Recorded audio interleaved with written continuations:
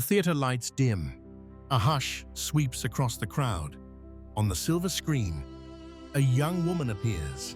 Sharp cheekbones, dark curls, a gaze that dares the world not to look away. Her name is Jane Russell. What no one in that audience knew was that this woman was about to ignite one of the fiercest battles Hollywood had ever seen.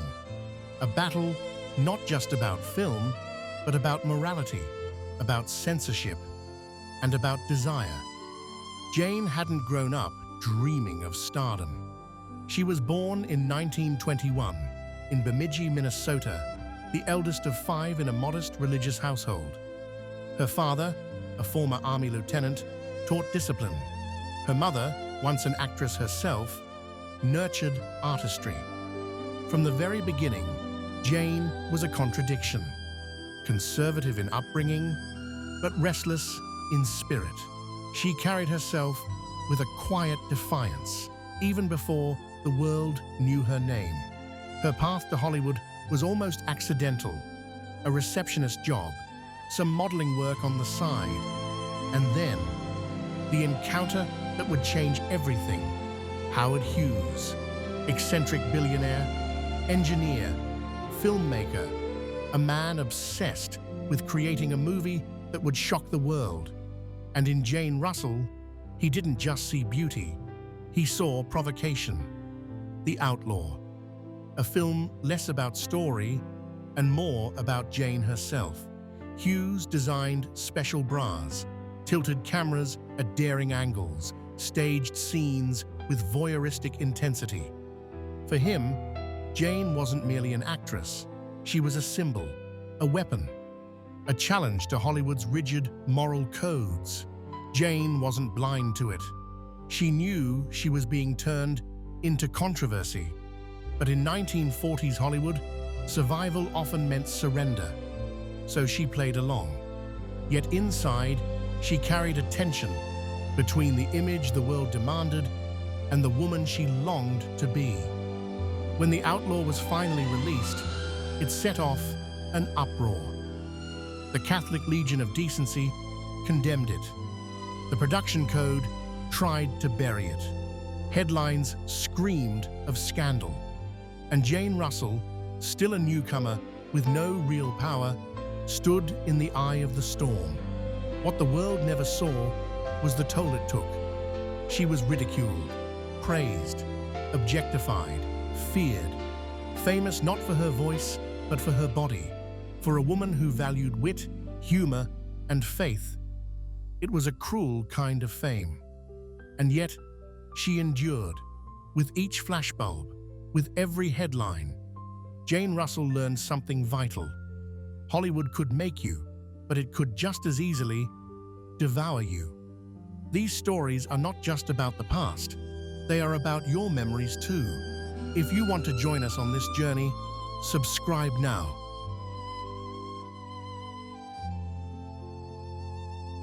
The scandal surrounding The Outlaw should have destroyed her. For most young actresses, being branded too indecent by Hollywood's guardians of morality was the end of a career. But Jane Russell didn't vanish. She became something else, a paradox, condemned yet irresistible, shamed yet celebrated, mocked by some, worshipped by others. Movie posters showed her sprawled across haystacks, her eyes daring, her figure undeniable. Conservative groups raged, but audiences lined up at the box office. Howard Hughes, ever the showman, smiled in the shadows. He hadn't just created a film, he had created a storm, and Jane was its center. But behind the headlines, Jane was living another reality. She was not the temptress the world imagined. She was witty, sharp, a woman who valued faith more than fame. The public wanted a fantasy, Jane Russell the invention. But Jane Russell, the woman, was something entirely different. And so she lived 2 lives, one for the world and one for herself. She used humor as armor. When the press circled, she answered with sharp quips. When critics sneered, she laughed them off. And slowly, she began to understand that she had become more than an actress. She was a symbol, not because she wanted to be, but because Hollywood had forced her into it. Soldiers overseas pinned her picture to their bunk walls. To them, she was not a scandal. She was hope, a reminder of beauty, warmth, and home. To one world, she was a sinner. To another, she was a saint. And deep down, Jane wondered, how long could she carry the weight of both? By the late 1940s, Jane Russell was everywhere. And yet, she was nowhere. Her face lit up billboards. Her body filled magazine covers. Her name alone sold tickets. But when she opened the scripts handed to her, she saw the same shallow roles. The seductress, the exotic beauty, the woman men desired, but never truly knew. It was the price of survival. She delivered the lines. She stood beneath the blinding lights, and Hollywood cashed the profits. But off-screen, Jane's life looked nothing like the fantasy. While gossip columns painted her as a wild temptress, she spent evenings singing gospel hymns, writing letters to soldiers overseas, laughing with friends at the absurdity of her public image. The truth was simple. Jane Russell longed for what many women longed for: a family, a place to belong, a life of meaning beyond the silver screen. But Hollywood didn't care for truth. It wanted the illusion, and the illusion sold. Her relationship with Howard Hughes only deepened the contradictions. He was her patron, the man who gave her stardom, but also her warden, choosing her scripts, dictating her wardrobe, engineering her every move. For a woman with wit and independence, it was both a blessing and a cage. Friends would later say, Jane could fill a room with laughter, but her eyes told another story. Grateful, yes, but also tired. She understood the cost. Fame had made her a star, but it had stolen her freedom. And so she leaned harder on her faith, on something lasting, on something real. To many, it seemed contradictory. The sex symbol preaching scripture. But to Jane Russell, it was survival.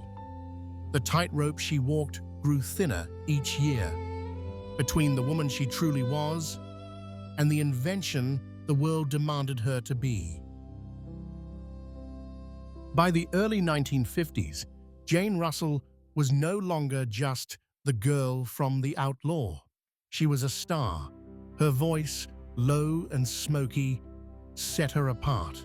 Her presence on screen, magnetic, commanding, was impossible to ignore. Then came 1953, Gentlemen Prefer Blondes, a film that placed her beside Marilyn Monroe.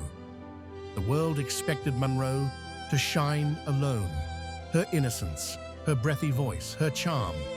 But Jane Russell held her ground. Where Marilyn was light, Jane was steel. Where Marilyn was vulnerability, Jane was strength. Together, they became iconic. Two forces of glamour, captured in one unforgettable frame. Off-screen, though, Jane's life was far from glamorous.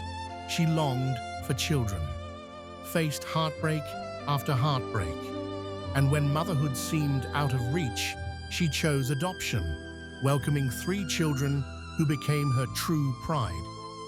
While the tabloids obsessed over her figure, while producers plastered her across posters, Jane found joy in something Hollywood could never script: being a mother.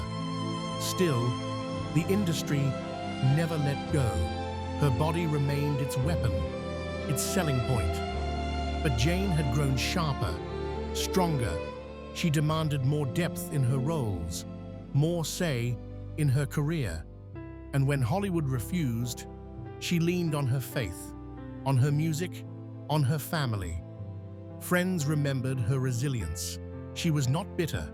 She was not broken. Instead, she laughed at the absurdity of it all. She built a life beyond the studio gates. And maybe that's why her story still matters. Because Jane Russell was more than a scandal. She was more than a poster. She was a woman who refused to let the world have the final word. And if her voice still echoes in you, if her strength still stirs something in your memory, then don't let her story fade. These stories are not just about the past. They are about us. They are about you. Stay with us.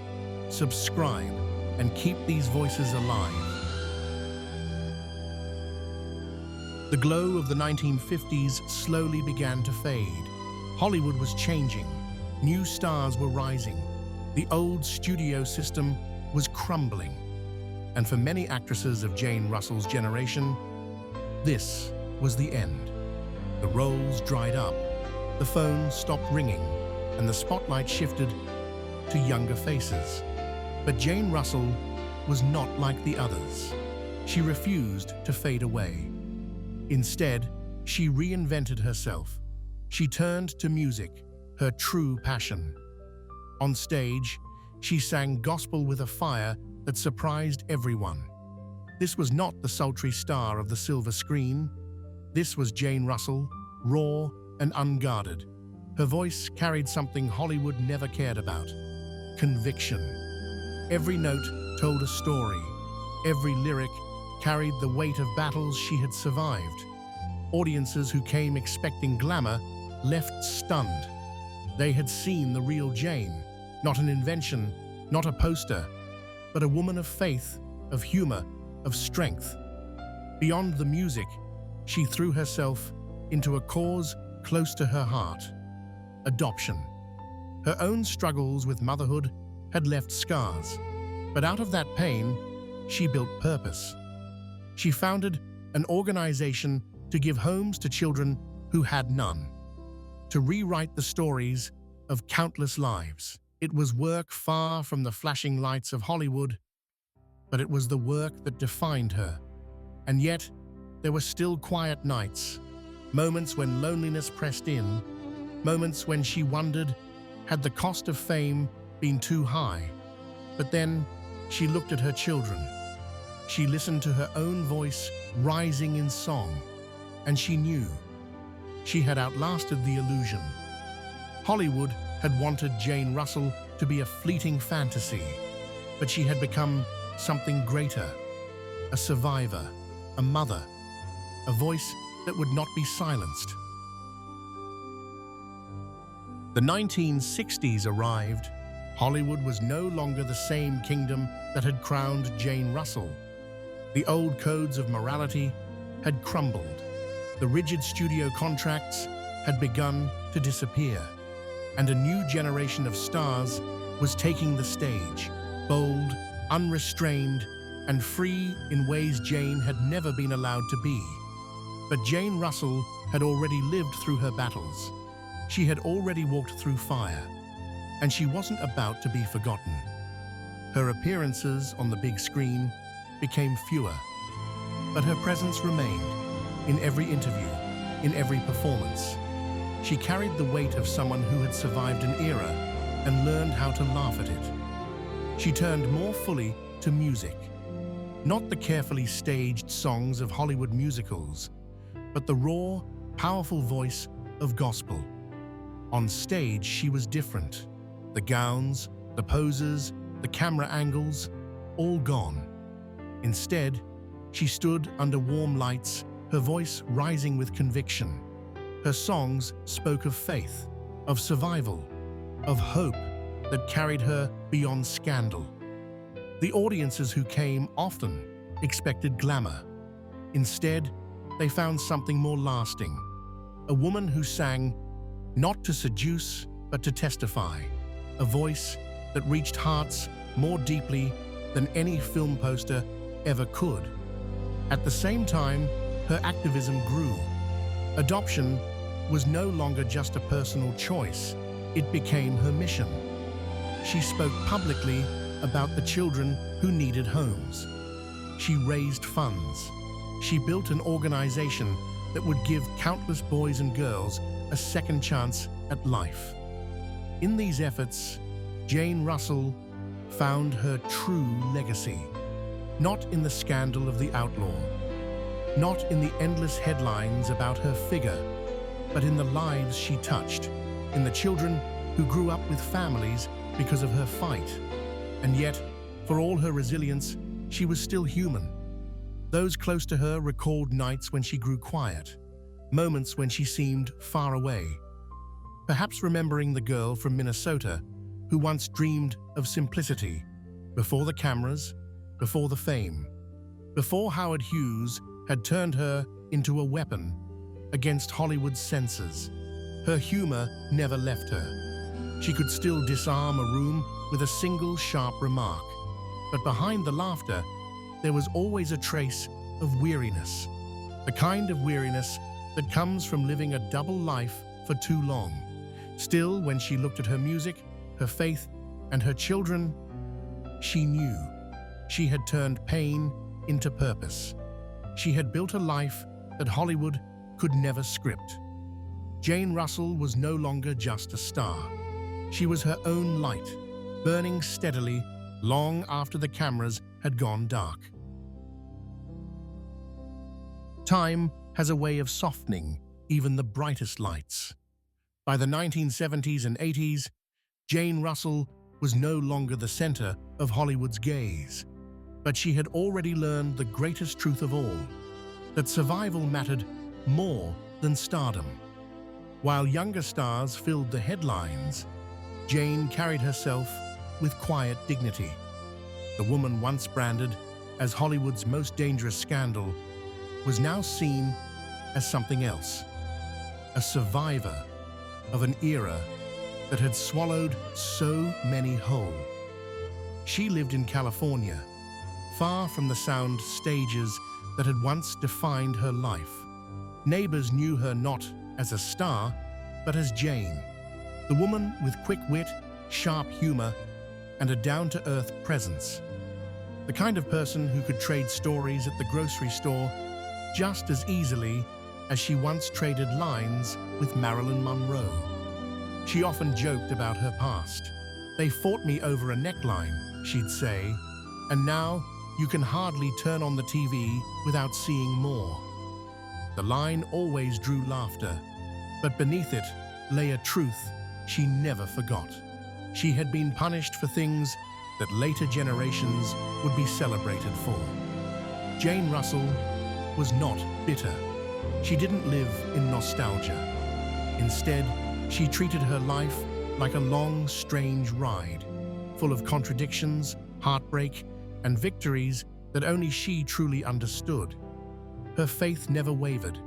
She remained outspoken about her Christianity, unafraid to mix humor with scripture. For some, the contrast between the sex symbol and the woman preaching faith seemed confusing. But for Jane, it was her anchor, the one thing that kept her steady when Hollywood's tide tried to pull her under. And there was her work with adoption. It became the beating heart of her later years. Through her foundation, she gave children homes, rewriting stories that would have otherwise ended in loneliness. It was the kind of legacy no scandal could erase. Yet, even in the simplicity of those years, there were quiet moments of reflection. Evenings when she sat in silence, her eyes distant, as though she were staring back through the decades. Back to the girl from Minnesota, back to the whirlwind of the outlaw, back to the battles fought under the blinding heat of the spotlight. Friends remembered those silences. They said her humor always returned, but behind her laughter was a weight, a knowledge that the world had loved the invention, but had rarely stopped to know the woman. Still, Jane Russell chose to live her final chapters with grace. She had outlasted the illusions. She had survived the machine that consumed so many of her peers. and in her eyes, still sharp, still defiant, one could see the spark that had once frightened censors and captivated audiences. That spark never left her. It was the truest part of her. The cameras had long since turned away. The bright lights of Hollywood, once blinding, had grown dim. But Jane Russell, she was still here. In her final years, she lived not as the scandalous starlet the world once tried to define, but as a woman who had outlasted the very system that once threatened to destroy her. She spent her days in California, not in mansions filled with glittering parties, but in a quieter life, a life of family, of music, of faith.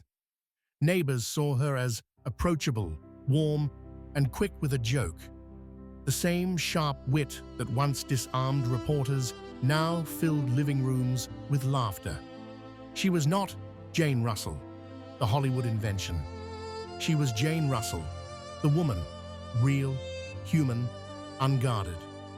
When she passed away in 2011 at the age of 89, the headlines rushed to remember her.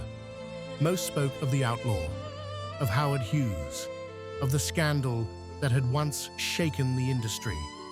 But those who looked deeper knew the truth. Jane Russell's story was not just about controversy, it was about endurance, about surviving the crushing weight of fame and choosing to build something more. She had been objectified, ridiculed, and turned into a symbol. But she had also sung with conviction, fought for children without families, and raised a home filled with love. Her life was not flawless. It was not without heartbreak, but in its contradictions, it carried something more powerful than perfection: authenticity. She was proof that a woman could be both strong and vulnerable, both glamorous and grounded. She was proof that even when the world insists on reducing you to an image, you can still live as a person. And that is why her story lingers, not in glossy posters or fading headlines, but in the quiet truth that behind every icon, there is a human being who longs, who fights, who survives. Jane Russell's legacy is not the scandal. It is not the bra Howard Hughes designed. It is not the whispers of censors or the outrage of critics. Her legacy is the reminder that you can walk through fire, you can carry the weight of a world that misunderstands you, and you can still come out whole. These stories, Jane's story, are not just about the past. They are echoes of our own struggles, reflections of our own resilience, mirrors of the fight each of us carries in silence. And if her strength still speaks to you, if her voice still lingers in your memory, then do not let it fade. Stay with us, subscribe, and let these voices, like Jane Russell's, live again.